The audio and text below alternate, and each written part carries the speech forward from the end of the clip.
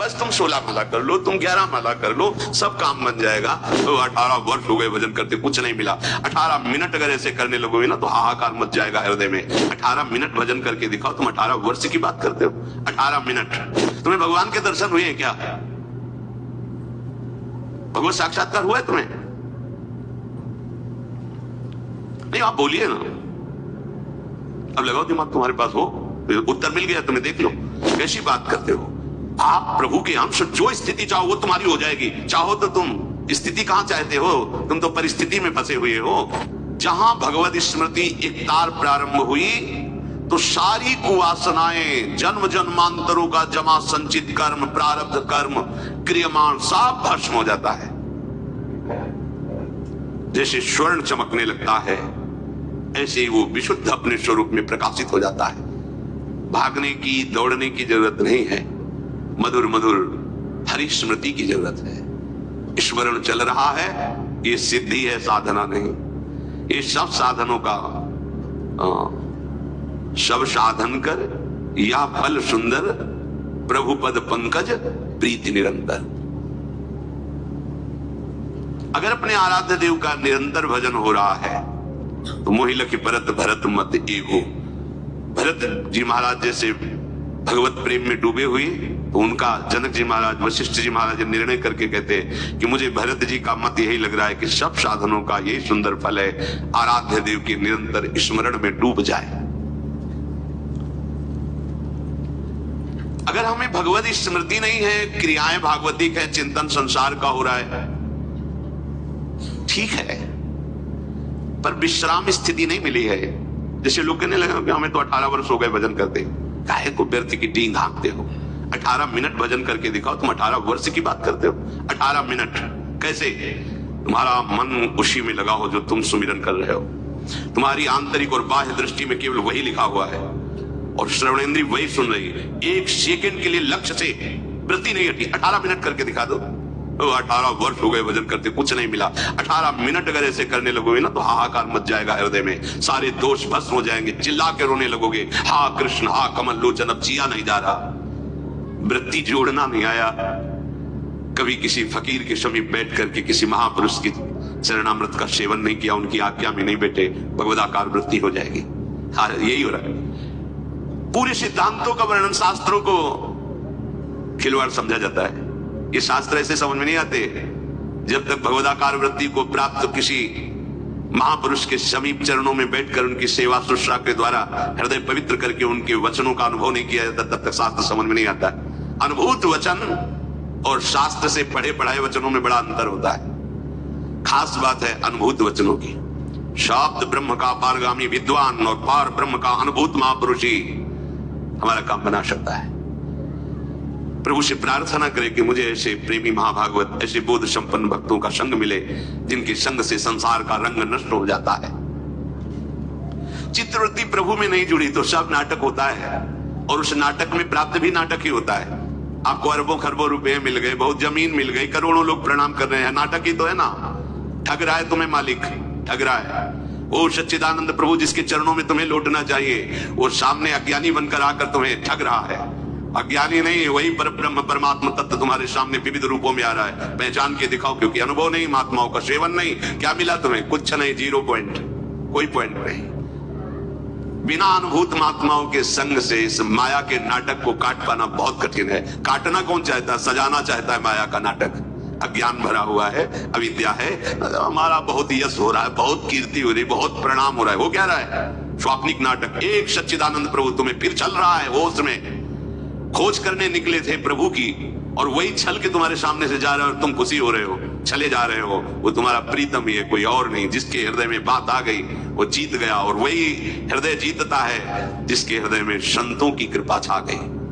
संतों की कृपा छा गई, देहाभिमान नष्ट हुआ, हर कण में, हर क्षण में अपने प्रभु के सानिध्य का अनुभव करता है। इस स्थिति तक पहुंचने के लिए ये घंटे 2 घंटे वाला उपदेश काम नहीं करेगा। जो ऐसी आज्ञाएं दी जाती हो केवल प्रथम लगाने के लिए दी जाती हैं। इतनी संख्या पूरी कर लो तो तुम्हें ये लाभ मिलेगा, अगर इतने माला जप लो तो तुम्हारा ये प्रलोभन आपको उस अखंड स्मृति तक ले जाने के लिए कि नहीं लगे हो तो लगो ना, 16 ही माला कर लो, बस तुम 16 माला कर लो, तुम 11 माला कर लो, सब काम बन जाएगा। तो संत जन ये मीठी दवा दे रहे हैं कि जहां तुम एक भी नाम नहीं जप करते थे 16 माला जपने लगे। अब इसके बाद जब फिर क्लास लगेगा तब क्या होगा, इससे क्या होगा? तुम अपने को भगत समझते हो? अरे उठो इस स्थिति से और धीरे धीरे धीरे धीरे आपको वहां पहुंचा देंगे जिसका नाम है अखंड स्मृति। तभी विश्राम मिलेगा। संत जनों की वाक्य स्थिति के अनुसार होते हैं। संख्या की अवधि बांध करके जो जप किया जाता है वो प्रारंभिक साधकों के लिए आदेश है, ना कि प्रेमी जनों के लिए। अच्छा है संख्या में समय में नियम बांधकर भजन करना, पर ये प्रारंभिक है। प्रेम प्राप्त करने वाले उपासकों के लिए संख्या की गणना करना, माला की गणना करना, ये बहुत भार लगता है, भार। अगर माला भी चल रहा है तो चल रहा है, वो बोले अगर सुमेरु लांग गए तो बेकार हो जाएगा। अरे वाह, सुमेरु लांग गए तो बेकार हो जाएगा? ऐसा कैसे हो, बेकार हो जाएगा? नाम बेकार होता है क्या? फिर इसीलिए क्या होता है ऐसे। अब हमें पता नहीं, अब जैसे कोई पूछे आप कितना जप करते हो, अब हमें कुछ पता हो कि कितना जप करते हैं तो हम आपको बताएं क्या जप करते हैं। हाँ ये जरूर कह सकते हैं कि 1 सेकंड भी उनसे अलग नहीं है। अब लगाओ अपनी खोपड़ी, लगा पाओ तो लगा लो। क्या साधन है? कोई साधन नहीं। आपकी साधना क्या है ही नहीं तो क्या बताएं? तो आप जीते कैसे हो? बस जहां जीते हैं वही हैं और दूसरा है नहीं। अब इससे आप दिमाग लगा लो, तुम्हारे हो दिमाग को। तुम्हें भगवान के दर्शन हुए हैं क्या? भगवत साक्षात्कार हुआ है तुम्हें? नहीं, आप बोलिए ना।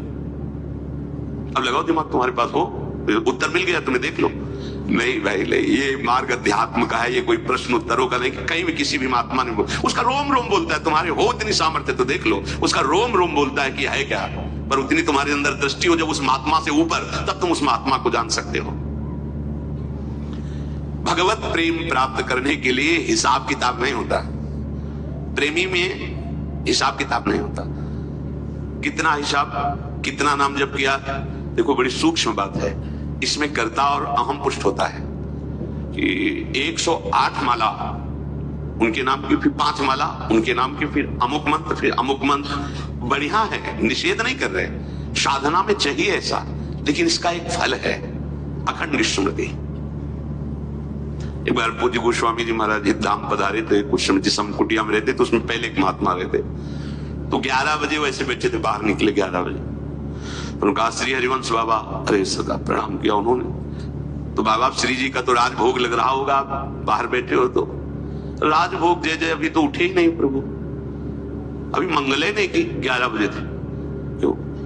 आज पूरी रात जो है वन विहार और राश होता रहा है, तो अभी सुबह 5-6 बजे शयन किए युगल सरकार। अब जब उठेंगे तो मंगला करेंगे। जब ये स्थिति, बैठे इंतजार में, भाव में कि प्रिया। ये प्रेमियों का मार्ग, हिसाब किताब का मार्ग नहीं है। यही स्थिति वांछनीय है, पर प्रेमियों की बात कोई प्रेमी ही जान सकता है, बाहरी। नाटक नहीं करना चाहिए, ध्यान रखना। नाटक शब्द से दंभ प्रकट हो जाएगा, पाखंड हो जाएगा स्थिति के अनुसार। अगर आप चाह करते हो और साधन में चल रहे हो तो स्थिति आ जाएगी। एक दिन बोले थे कि सारी स्थितियां, किसी स्थिति के लिए किसी ने कहा बहुत दुर्लभ है, तो उनका जितनी भी दुर्लभ स्थितियां भगवान के लिए नहीं रची, वो हमारे लिए रची है। कैसी बात करते हो आप? प्रभु के अंश, जो स्थिति चाहो वो तुम्हारी हो जाएगी। चाहो तो तुम स्थिति कहां चाहते हो?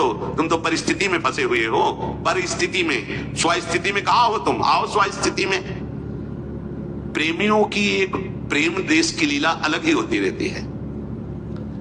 1 लाख का 550 वर्ष पहले एक इत्र लाए बिहारी जी के लिए। बिहारी जी निधिवन में विराजमान थे। 1 लाख का उस समय। कहां है स्वामी जी? पता लगाया तो स्वामी जी यमुना किनारे विराजमान थे। स्वामी श्री हरिदास जी महाराज नजदीक गए और पात्र रख दिया। स्वामी जी महाराज, ये इत्र है, 1 लाख का है, और इत्र का रूह है, जैसे पुष्प का निकला हुआ सीधा, उसमें कुछ मिलावट नहीं। जैसे तिल का तेल या चंदन का तेल आदि मिलाकर उसे विस्तृत करते, वो केवल रूह है। बहुत ही खुशबू, सार पुष्प का। स्वामी जी ऐसे खोले, ऐसे मारे, पूरा इत्र रेत में गिर गए। बेचारे के हृदय में आग लग गई कि गाढ़ी कमाई का 1 लाख का इत्र लाए, पर पता नहीं मतलब क्या है कि इन्होंने फेंक लिया ऐसे रेत में। बहुत दुखी बेचारा, पर श्रद्धा थी क्योंकि महिमा सुनी थी।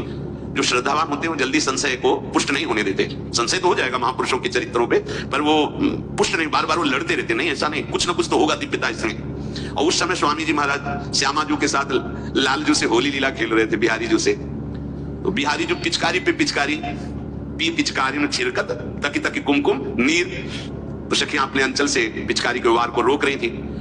अब उसी समय ललिता जू के रूप में स्वामी जी श्यामा जू के साथ है, और इसने इत्र दिया तो तत्काल वो इत्र खोल करके बिहारी जू के ऊपर पूरा डाल दिया। अब इत्र एकदम गिरा तो आंख चपीत ले, सखियों ने उन्हें घेर लिया, पकड़ लिया, तालियां बजी, श्यामा जू की जय।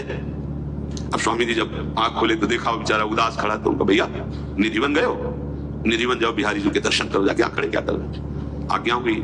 श्रद्धावन न होता तो काहे को आया था। निधिवन में जीव ही प्रवेश किया तो जो इत्र लाया था उसी की खुशबू, और जब गए तो बिहारी जो सराबोर उसी इत्र से आग वो समझ पाया, वो रेत में गिरा था, देखने में तो रेत में गिरा, वो बिहारी जी ने। ये जो प्रेम की लीलाएं, प्रेम की बातें हैं, ये बड़ी विचित्र होती है। प्रेमियों का हृदय जाना नहीं जा सकता है। महाप्रभु चैतन्य देव तीर्थ यात्रा में जब भ्रमण कर रहे थे तो एक वैष्णव आए, ऐसे लग रहे थे कि जैसे ये किसी और देश में रहते हैं, एक विक्षिप्त से भावरो शोरस में फिरे खोजतने की बात। महाप्रभु तो प्रेमावतार हैं, दृष्टि पड़ी देख के समझ गए कि बहुत ऊंची स्थिति के महात्मा है, गृहस्थ थे। आए बड़ी दैन्यता से कहा, प्रभु जब आप पधारे ही हैं तो घर पधारिए और भोग आरोग्य। हाँ, महाप्रभु ने कहा, अहो भाग्य प्रभु, मुझ दीनहीन को पावन करने के लिए आपने स्वीकार कर लिया। प्रभु यही पास में गली में कुटिया है, कल 11 बजे आप पधारो, हम ही अकेले रहते, उस समय भोग आपको पाएंगे।